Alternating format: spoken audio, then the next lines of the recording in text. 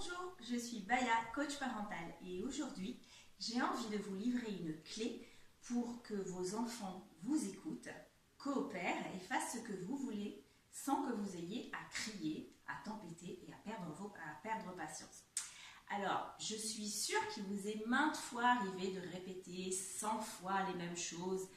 Va te brosser les dents, va te mettre en pyjama, range tes chaussures, fais tes devoirs, sans avoir aucune réaction en face de vous, un enfant qui n'écoute pas et qui ne fait pas ce que vous voulez.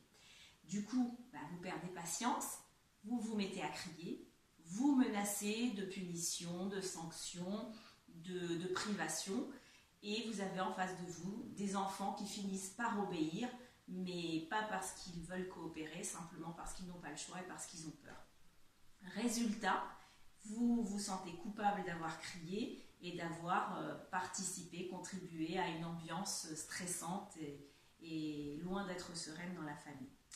Alors aujourd'hui, je vais vous livrer une clé ultra simple mais ultra efficace pour que vos enfants vous écoutent et coopèrent sans que vous soyez obligés d'élever le ton et de crier. Alors, d'abord, pourquoi les enfants n'écoutent pas? Il faut savoir que quand vous criez ou que vous menacez, votre enfant se met en stress. Et la réaction du stress, comme je l'ai expliqué dans une autre vidéo sur le cerveau des enfants, en fait, quand un enfant est en stress, le cerveau préfrontal qui lui sert à raisonner dysfonctionne. Et dans ces moments-là, en fait, il a trois façons de réagir. Soit il fuit, soit il attaque, soit il se fige. Et donc, quand il est en stress, il a tendance à se mettre dans sa bulle et à ne plus écouter. Parce qu'il sait que ce qu'il va entendre ne va pas lui plaire, donc il se met dans sa bulle, il n'écoute plus. Donc, la clé que je veux vous livrer aujourd'hui, c'est que pour le faire coopérer, il faut simplement l'aider à ce qu'il trouve lui-même la solution sans lui donner un ordre.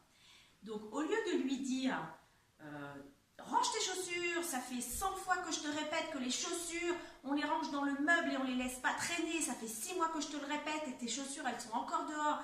Donc là, vous allez le stresser, vous criez, vous lui donnez un ordre, il ne va pas le faire, il va se sentir stressé, il va fermer ses oreilles, il ne va plus écouter.